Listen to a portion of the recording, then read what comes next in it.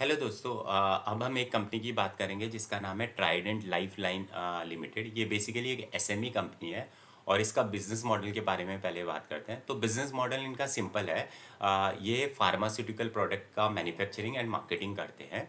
And marketing and manufacturing में भी manufacturing में मेजर जो है वो दो तरीके से काम करते हैं। वन इज़ उनकी खुद की फैसिलिटीज़ है एंड सेकंड इज़ वो आउटसोर्स करके भी बनवाते हैं।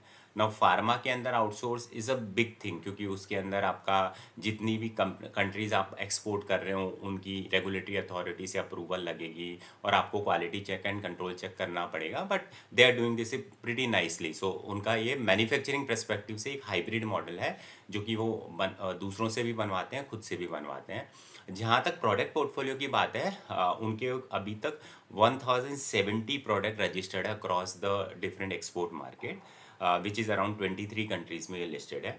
और जो पाइपलाइन की बात करें तो उनके कुछ 2458 प्रोडक्ट हैं जो कि पाइपलाइन में है और that will be around in 44 countries. So one is उनके एग्जिस्टिंग प्रोडक्ट पोर्टफोलियो जो है वो ग्रोथ देंगे, और दूसरा जो उनके न्यू प्रोडक्ट पोर्टफोलियो जो पाइपलाइन में है वो काफ़ी अच्छी ग्रोथ देंगे अगर वो रजिस्टर्ड हो गए और the things will work out that way. So this seems to be a good thing when it comes to business momentum and everything. And जहाँ तक कंपनी के ग्रोथ की बात है तो company is investing big time, as we discuss की नए product registered करवा रहे हैं। एट द सेम टाइम वो लोग काफ़ी अच्छा इन्वेस्ट कर रहे हैं when it comes to sales and marketing and all those distribution reach. And third is obviously they are putting all this right setup procurement and sourcing. हाँ, मैं एक बात बताना भूल गया, भाई ये जो है थर्ड पार्टी से मैन्युफैक्चरिंग करवाते हैं, but they have full control on the sourcing as well as quality check and all those things when it comes to getting it prepared from the third party.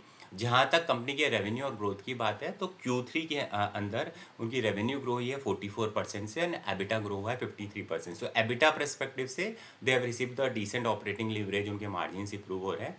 But considering they are into growing phase, they are putting more of plant and उसके लिए उनको interest and all those finance and all those thing चाहिए। तो from that perspective उनका PAT का growth 33% हुआ है। सो that's where वहाँ पे जो है फाइनेंस कॉस्ट का लीवरेज इन्हें नहीं मिला है, इनफैक्ट डी लीवरेज मिला है। अगर कंपनी के ग्रोथ की बात करें पिछले लास्ट 4-5 ईयर्स में, तो they are continuously growing. So it's not a like 1 quarter story और 2 मंथ्स स्टोरी और 2 years story, they are consistently growing. So that's where it gives the confidence that management is execution driven and they are executing it well.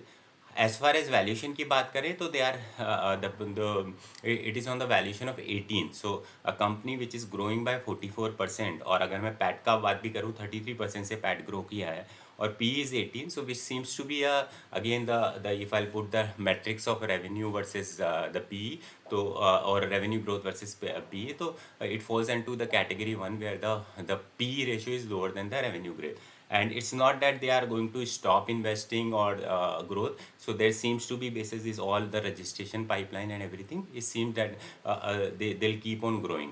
So that's where, so seems to be a good company when it comes to pharma sector. And if I'll slice their revenue breakup, so they're around a good amount of revenue. In fact, most of the revenue here it comes from the export, so that's where they'll always have the good margins available. Thank you.